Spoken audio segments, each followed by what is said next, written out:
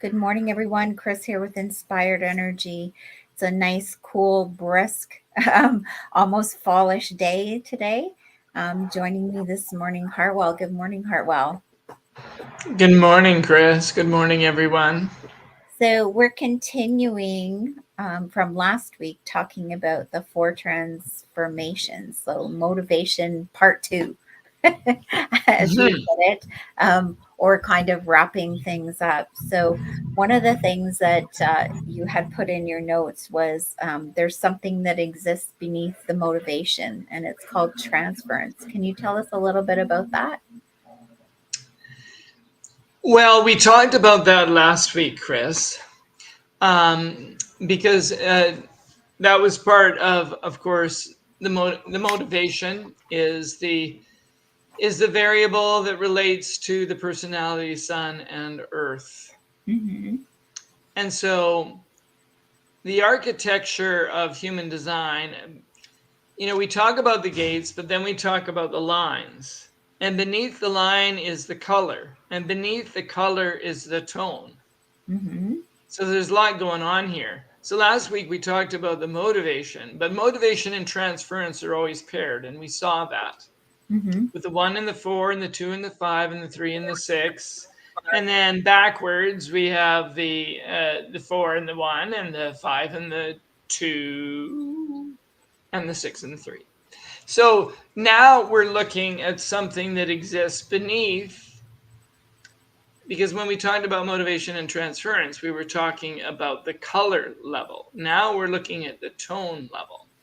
Mm-hmm. Am I making sense here? Yes. It's a Okay. it's a We're lot gonna. of it's a lot of human design terminology, but I think once you explain what the tone represents, then it will pull it together for people. So remember, this is kind of like dominoes. Follow your strategy and authority, and then at some point you might be motivated to follow your diet, and then as you nourish your brain, physical brain, in the right way, then you get drawn to the right environments. In those right environments, you meet the right people. And then when you meet the right people, then you go on to the third variable, which is perspective. And you see the world through the lens. It's like, oh, do I have rose colored glasses? Do I have blue tinted glasses? You see it through the right lens, the one that Mm-hmm. you're designed for. And Right. then finally, on the personality sun earth side, you live through your proper motivation, and beneath that motivation is the tone. You could call it a sensory aspect. And now we're talking about mind, not the physical brain, not my gray matter that's, cut my head open and you see gray stuff. We're talking Mm-hmm. about the mind, our capacity to be aware. So, Mm-hmm. oh, cat's having a playful attack you mode. Anyway, cat attack happened and cat attack left. Uh, so if we're motivated in the correct way, then we're going to be intelligent and aware in a particular way. And this is where Ross says, then we have the opportunity to show up as a proper outer authority for the world. So I haven't said this in a while, but there is inner authority, which is built into us. And we've talked about that a lot, strategy and inner authority. And we've talked about the proper use of mind, or I haven't talked much about that. The proper use of mind isn't to be an authority for you. It's to be an outer authority for the people in your life. So our mind then speaks. Our mind then processes, speaks, communicates in a way that is useful to the world. And so Mm-hmm. we claim and can claim our true intelligence, our true awareness. Mm-hmm. Beautiful. So let's get into it then. So there's six tones, right? So Yeah. what are they? And what do they Well, represent? sure. Well, from 1 to 6, again, Mm-hmm. we have security, first line, uncertainty, second line, action, third line, meditation, fourth line, judgment, fifth line, and acceptance, sixth Mm-hmm. line. So beginning with number 1, security is in the architecture of how we're made. The first line always has the most to do with the very foundation of things and with the physical body, you could say. So it's concerned with survival. And so these people are rooted in security. How do I keep myself physically safe? How do I keep my home and my family safe? How do I keep my body safe? Mm-hmm. So on some level, security is always going to be part of the way this person thinks in a natural way. Mm-hmm. It can be, and I mean, it can all, when you're talking about security, it can be all sorts of things. Mm-hmm. It's about getting down to the basement, down to the foundation, and dealing with the unknown, dealing with ways to protect oneself, your immune system, your health. Mm-hmm. So the tone is somehow security oriented, Mm-hmm. foundationally oriented. Mm-hmm. And so this is mine as it happens. And so, I mean, you guys can, all those who've been listening to me can, you can ask yourself, is there some way in which I see that tone coming through in the way I speak? But, my true intelligence and awareness is somehow always being linked to that foundation, security, investigation kind of energy is Mm-hmm. what human design would suggest. Right. So we'll recap with that. Let me go through them all, and then we can Mm-hmm. kind of do our thing Mm-hmm. as we do. The second line is uncertainty. So with the second line, there's always something. The second line has, there's always a kind of a bit of a relationship flavor with the two. There's myself, not me specifically, because I don't have the second line, but there's the person themselves, and then the realm of possibility and the realm of what exists in relationship to the rest of the world. And so these are often people that get what other people cannot. It's like they have insights or they have a sense of possibilities. And remember, we saw in one of the other transformations that possibility was a keyword. So you'll begin to sense these similarities that lie between all of them.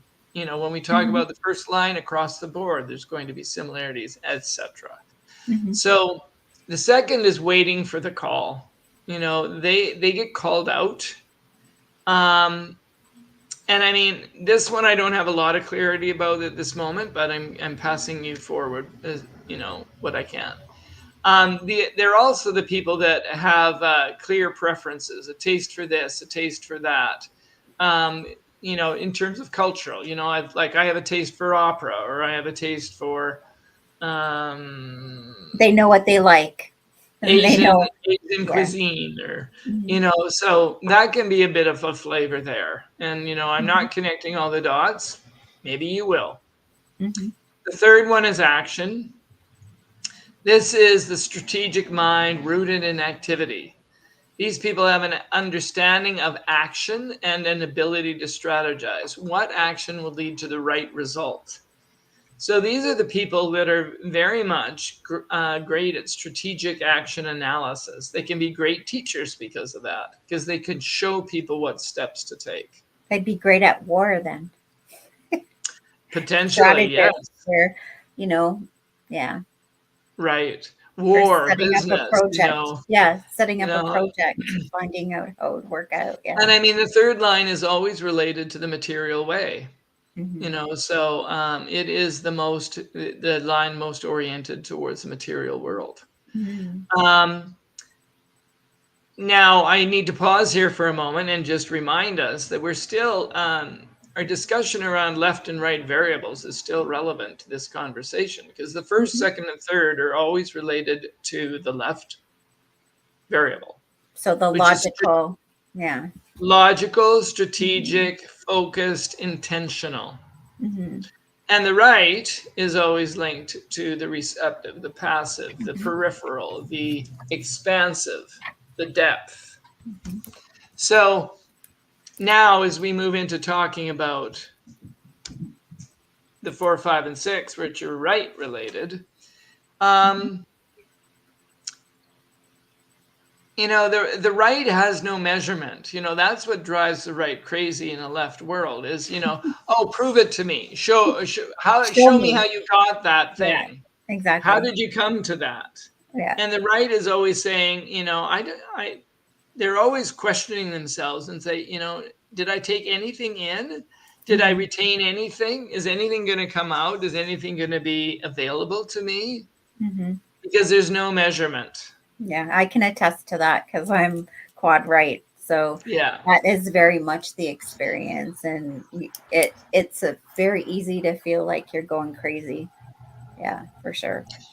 Mm-hmm. well, when you listen to left propaganda, Mm-hmm. absolutely. Yeah. So the right is just flowing, like a dog with its ears flapping in the wind, sticking its head out of the window of the car, And I love this quote from Ra. If you love yourself, you trust yourself.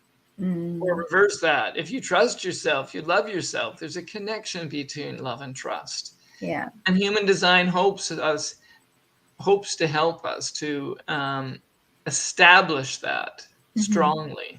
Yeah. So if you're right, you have to trust your depth. The Mm-hmm. most important thing is to pay attention. So it's to pay attention so that you can absorb. You don't know what you're observing. You don't know how you're absorbing it, but you're taking in the scent of the breeze. You're taking into the sounds of the room. You're taking in the sound of the cat zooming across the floor. You're taking in what other persons are saying. See, the right takes it in from every dimension. And so Mm-hmm. that's why. But you have to be present in order to do that. You can't be checked out. And it's not the same as an intentional focus, which the left has. Mm-hmm. Intentional focus for a purpose is different from being present to absorb. Mm-hmm. Okay? So for the right, you have to trust your depth, and you have to pay attention, and you have to be present. So having said that, I just wanted to kind of like I don't know, like an omelet. We want to wrap everything. We want to have everything present in our ingredients so that you can make the connections you need to make. So 4 is meditation. It's called. This is the opposite of action. This is where you just let the mind be, where you just watch it. You see Mm-hmm. life like a movie. You watch it pass before your eyes. You're waiting for a focus to be brought to you by the environment, the people, or the situation around you. And so what you see as part of the movie depends upon what is brought to you. So the outside is the food for their internal process. So that's its only reason for being there. So the outside brings you something, but it's not about what the outside is doing. It's about what you experience as a So these result. would be the people that learn from other people's mistakes, or they learn from books, or they learn by sitting and contemplating the information versus actually doing something like putting it to action. It's like the opposite. Could be. Yeah. But this is the way our intelligence is functioning. Mm-hmm. So there's so many different layers that we're talking about here that it's a little challenging not to kind of conflate them or mix them up with each other. Mm-hmm. But I think the speculation is useful because it's what we have to do on the road to being discerning. Right. Speaking of discernment, judgment, the 5th line, the 5th tone, Mm-hmm.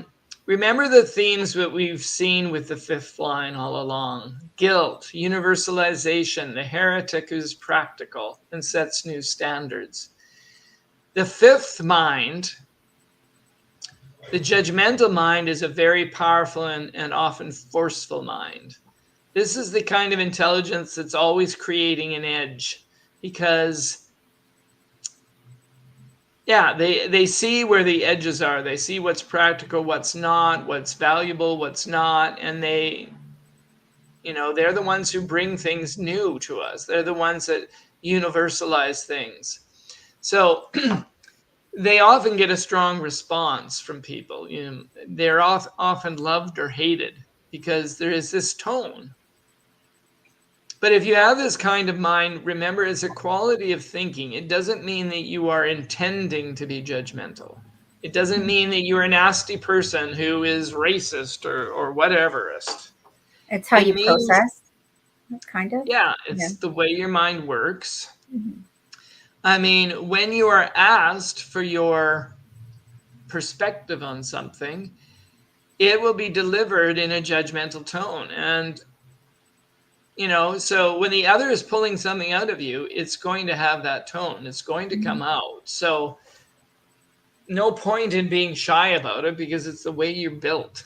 Mm-hmm. It's the way you're built. Yes. On my list of examples, I have this, one of my great good friends and my one of the most powerful mentors of my life when I was part of the yoga community was Dudham-Carr.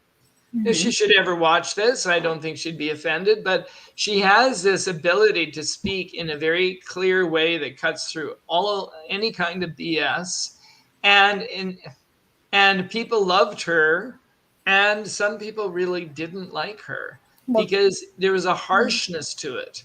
But that harshness, when it was asked for, it worked. Oh my God, did it work? Well, that's your demographic again, right? Speaking to your demographic, those that are yours will have the ears to hear and you will shift them. And those that aren't will feel the opposite, right? Yeah. Sure. And I mean, on some level, that's all of us, because with 70% of the world as generators, they live in response. Mm-hmm. So in some ways, it's like, don't throw your pearls before the swine. Don't try and force yourself in where there's no opening. Mm-hmm. So the final tone, the 6, is acceptance. Mm-hmm. So remember, when we were talking about digestion, when we were talking about the first variable, we talked about the cognition that was associated to it. Mm-hmm. And now we're talking about the senses that are associated with the mind. So in some ways, you can feel the similarities. Mm-hmm. The similarity with acceptance is touch, in the cognition. But so the 6 are, they're transitional. They're outside of things. They're innocent. They're not connected in the same way as the rest of us. They are on the roof, so to speak. They are in the transition between this and that. This, what's here and what's coming next. And so they're meant to live their own unique process and have their own way of their own way of communicating to the world. Mm-hmm. And given that they see things from a larger perspective, they need to accept and respect others for their own uniqueness. As Ra would say, he said, even though I'm the deliverer of this system, and you might think I know a hell of a lot more than you guys. What I see is that there is no hierarchy in awareness. We are all here to be unique beings and have our own unique perspectives. So this is a unique intelligence. It's going to be surprising in many ways. And one needs to, the healthy 6 intelligence really sees the contribution that all make to the whole. And so you have to have this sense of acceptance, it's not a judgmental energy like the fifth line was. This Mm-hmm. is a line of inclusion. Mm-hmm. So those are the 6 lines. Amazing. So if you wanted to wrap everything up with the 4 transformations and how people could possibly work with them, what would you say? I would say if your curiosity gets caught by these, then dive in where you feel like diving in. Mm-hmm. I always say to people, live your strategy and authority, make that primary, see what unfolds, because it will start a process of unfoldment in you, a deconditioning process. Mm-hmm. And that deconditioning process can be helped in whatever way it is right for you to engage. One way, and this is what I'm going to make the subject of next week, is